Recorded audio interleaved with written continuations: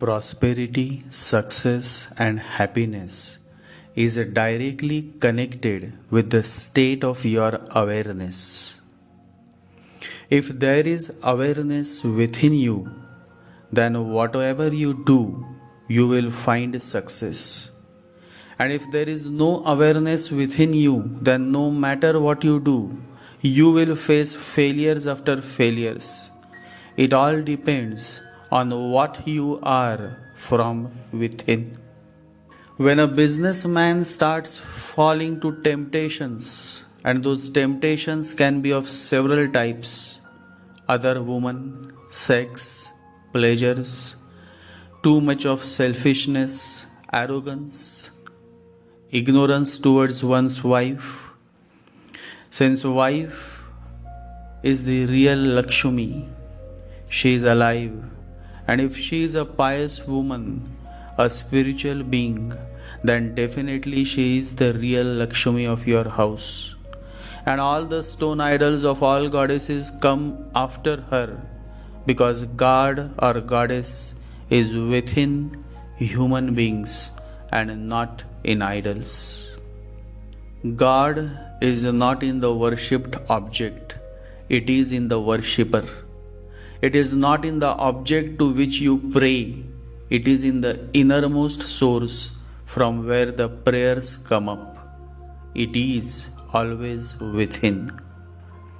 Whether it was Jesus or Prophet Muhammad or Buddha, the Divine Master have always preached that God cannot be contained in an idol. God cannot be objectified, and that is exactly what the Upanishads mention. The idol is simply to help the sadhak, the seeker, to turn inwards and attain self-realization. The idol is just a medium, a bridge. It is interesting to remember that Muhammad preached that he cannot be objectified. You cannot make any idol of him. He was saying what the Upanishad is saying. But what have the Muslims done? They thought it was their duty to destroy idols, to destroy temples, to set them on fire, because nothing can be objectified, and so they went on destroying the object. This is how the mad world is. Muhammad wanted his followers to move beyond the object, that is the idol. But instead of moving beyond the object, his fellow followers became obsessed with the object so much that they went on destroying the idols. The real message, the beautiful divine message of Prophet Muhammad, reached only a few, those who were turning inwards. God is inwards within you, and so when you hurt a pious woman, you are directly hurting Goddess Lakshmi. And that is how you suffer losses, because you forget the fact that God or a goddess is within humans and not in the idols. And so a businessman who is utterly ignorant towards the pious woman in his life, wife or his mother, such a businessman is bound to face daridrata, that is poverty in his life. His business will suffer and he will face many losses the moment he starts disrespecting the woman in his life. It is a strange world. Men run around hundreds of temples of Goddess Lakshmi and Goddess Durga and Goddess Santoshima. However, they miss to realize the fact that hurting any good pious woman is hurting the goddesses, because in every pious woman the tattva, the essence of goddess, is present. A businessman who respects the woman in his life as well as respects and takes care of woman outside his family always is blessed by Goddess Lakshmi. Such a businessman always lives in prosperity. To such a businessman, the scriptures address as Lakshmi Kant. Lakshmi Kant means one who is married to a pious woman who herself is a goddess. Wheresoever she puts her feet, the place transforms into an oasis. Deserts become gardens, arid lands start producing fruits. Such a woman is indeed a great blessing. She indeed is the Ansh of Goddess Lakshmi. In this human world, there are many such pious women. They are living goddesses, pious and so full of heart, full of compassion, full of love. The whole point is about respecting woman, because Saturn bless only those who are caring towards woman. Now every woman is not a goddess, but still, even if a woman turns out as a witch, still, instead of hurting her, you can always ignore her. Always remember, Goddess Lakshmi has a sister, and her name is Alakshmi. Alakshmi means poverty, fights, noise, cheating. Basically, all negative attributes of a woman. So, in this human world, you have got two types of woman: Lakshmi, which means prosperity, and Alakshmi, which means poverty. Lakshmi brings or represents prosperity because she is filled with many gunas, which means good qualities. Alakshmi takes away all your peace and your prosperity because she is filled with many avagunas, meaning bad qualities. You see, the whole story of prosperity and poverty is based on the woman that you associate with. To find a pious woman who can become your wife, first you have to become pious. There is an old saying which says, get rich if you are looking for a woman, and get pious if you are looking for a wife. Many men complain that my wife is not good, she is not honest, she is not sincere, and so on and on and on. But the most important aspect that you all should understand is that you will attract exactly that woman who has a similar level of past karma and qualities as you have. So if you want to attract a pious woman, a real good woman, then you have to first become good. You have to first work on purifying yourself. A man will find his wife based on the level of his purity, his consciousness, his awareness. A woman will find her husband based on the level of her purity, her consciousness, her awareness. There is a beautiful verse in the Holy Quran which says, and women of purity are for men of purity, and men of purity are for women of purity. Many businessmen, after spending a couple of years in marriage, get bored with their wives. They want some excitement, and then they are drawn towards the other woman. This other woman is a perfect representation of Alakshmi. The moment the man gets entangled with the other woman, his downfall begins. He starts failing in his business. Everything starts turning against him. He has lost the whole momentum that he had built with so much dedication and hard work by falling for the other woman. Failures come only when we forget our ideals and objectives and principles. The wife is therefore the most significant factor in a man's life. She is the direct representation of Goddess Lakshmi. The whole success factor and prosperity is therefore based on how pious and God loving and understanding your wife is, and in turn, how much pious and devoted you are towards your wife. Now, many times it happens that the husband or wife is sleeping with other person.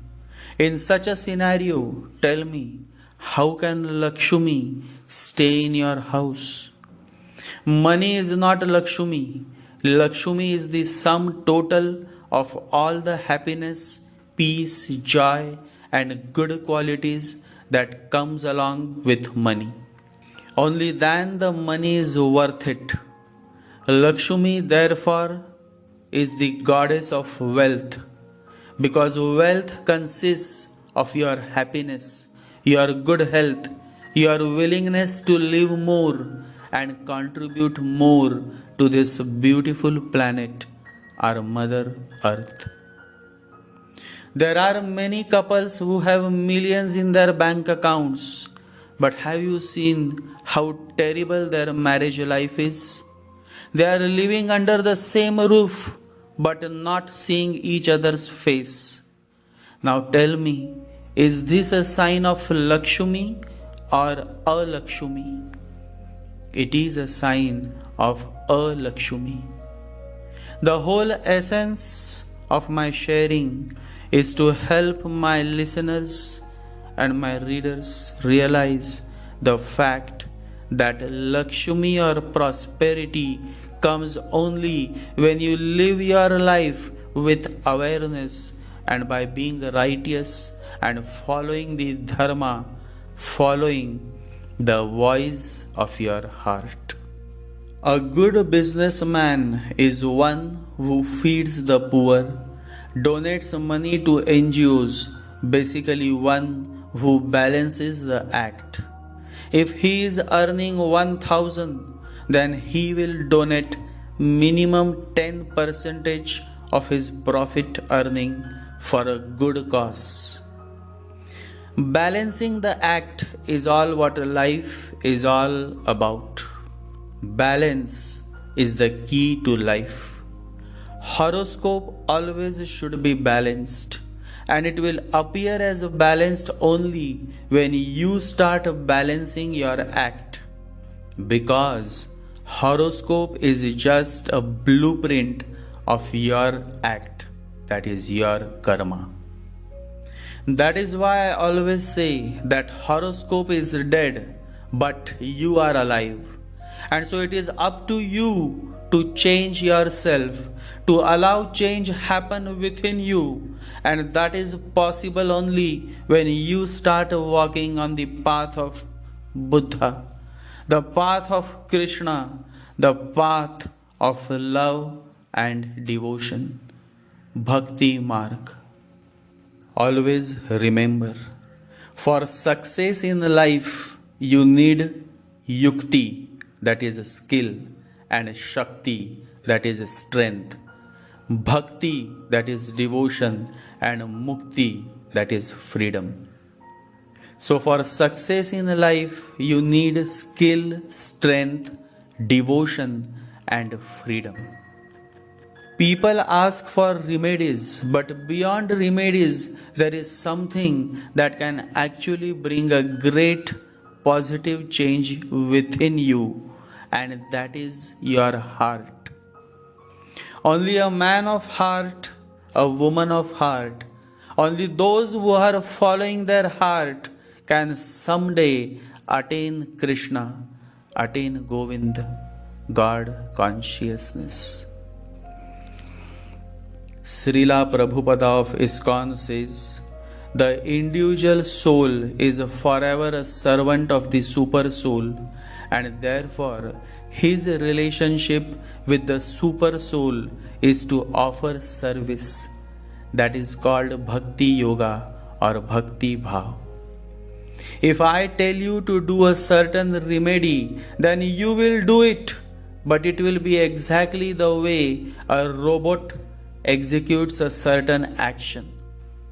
I don't want my readers and my followers and listeners to become robots. I would love to see you all become human, more and more human. And then the miracle starts happening. Then the desert starts transforming into a beautiful oasis. Then the dance, the song, the music. The answer to all those who have lost their way and going through losses and miseries in life is in one line: fall in love, God love. Bhakti Yoga isn't something you join, it's love. It means falling in love. Krishna Das, a disciple of Neem Karoli Baba, was transformed inside out when he met the Divine Master Neem Karoli Baba. Krishna Das was not his real name. His real name was Jeffrey Cagle. He is an American vocalist known for his performances of Hindu devotional music known as Kirtan, chanting the names of God. He has released 17 albums since 1996. He performed at the 2013 Grammy Awards, where his album Live Ananda was nominated for the 2013 Grammy Award for Best New Age Album. He has been described by the New York Times as the chant master of American yoga. This is how real transformation happens, and there are many such real life examples. The whole power of possibility is in the Bhakti Yoga. Bhakti Yoga or Bhakti Yoga is a way of transforming your emotion from negativity to utmost pleasantness. Many great bhakts or devotees have been around this world. One of them was Mirabai. It is said that during those days, a woman was not allowed in the temple of Krishna. They could worship only from the outside. The priest had not seen a woman for 30 years. He never used to go outside, and inside the temple no woman was allowed. When he heard about Mirabai, he was worried, because she would certainly come to the greatest temple of Krishna. He had put 2 guards at the gate and instructed them, prevent that woman if she comes dancing here. But when Mirabai came dancing, those guards completely forgot their purpose. Why they were standing there? Because the dance was so beautiful, and Mira was so beautiful, so radiant, that without anybody noticing, she entered the door dancing. The priest was in the middle of his worship. The plate that he was holding in his hand, a golden plate full of rose flowers. Seeing Mira dancing and entering into the temple, the plate fell from his hands. He was very angry, and he said to Mira, "It is against the rules of this temple. No woman can enter here." And you will be surprised to know the answer that Mirabai, which stands out in the whole history of the mystics with an aliveness. She said, "My God, I used to think that only Krishna was the man and everybody else is a woman, a lover of Krishna. Today I have found two men. You are also a man. And the way she spoke to the priest trembled. Mira said, the thing has to be decided here and now. Either you have to declare yourself a man, or you have to declare yourself also a woman. Under the impact of Mira, that poor priest had to accept. He said, I am also a woman. Mira said, then now onward the rule is changed. Only women can enter this temple. Those who think they are a male cannot enter. Bhakti, devotion, has the power to change your life, to change the rules, to change yourself inside out. But who wants to listen? The majority have become robots. If a priest tells them to feed a bird, only then they will feed. Because it is a remedy. You see, that is how this shallow human world is. But among this shallow population, there are few men and women of heart. They are a dance, they are a song, they are a music, a beautiful painting. They will feed many birds and dogs and cats and humans, but out of love, out of compassion, and not because it is a remedy. I am in search of such men and women. The Master is always in search of such beautiful hearts, and they are always in a minority. My answer is very simple. Don't seek remedies, seek your heart. Listen to the voice of your heart. Don't do anything because it is a remedy. Do it because your heart feels the pain, the suffering, the starvation that your fellow human beings are going through. Do out of love and not as a compulsion. Be more human and less robotic.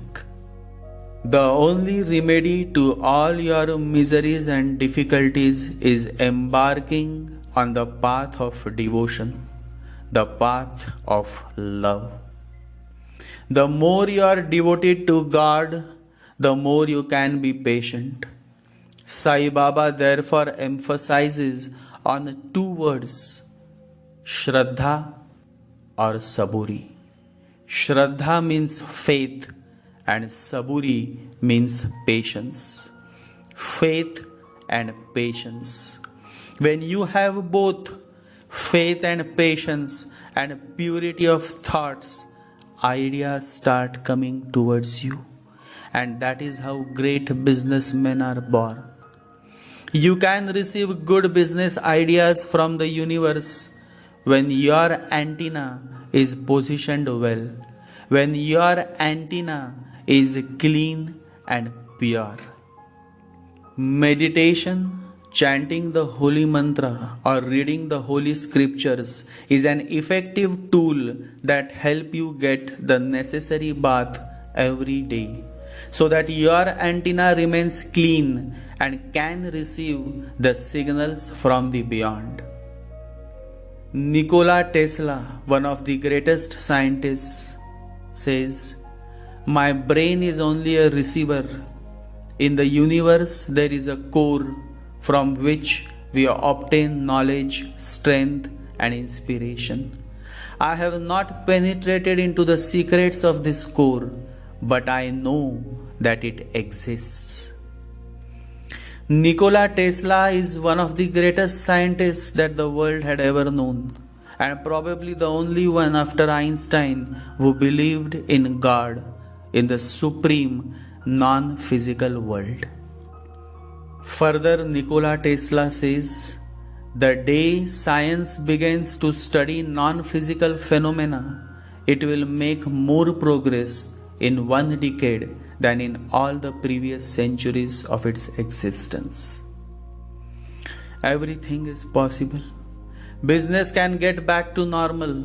Unmarried woman can find a suitable groom.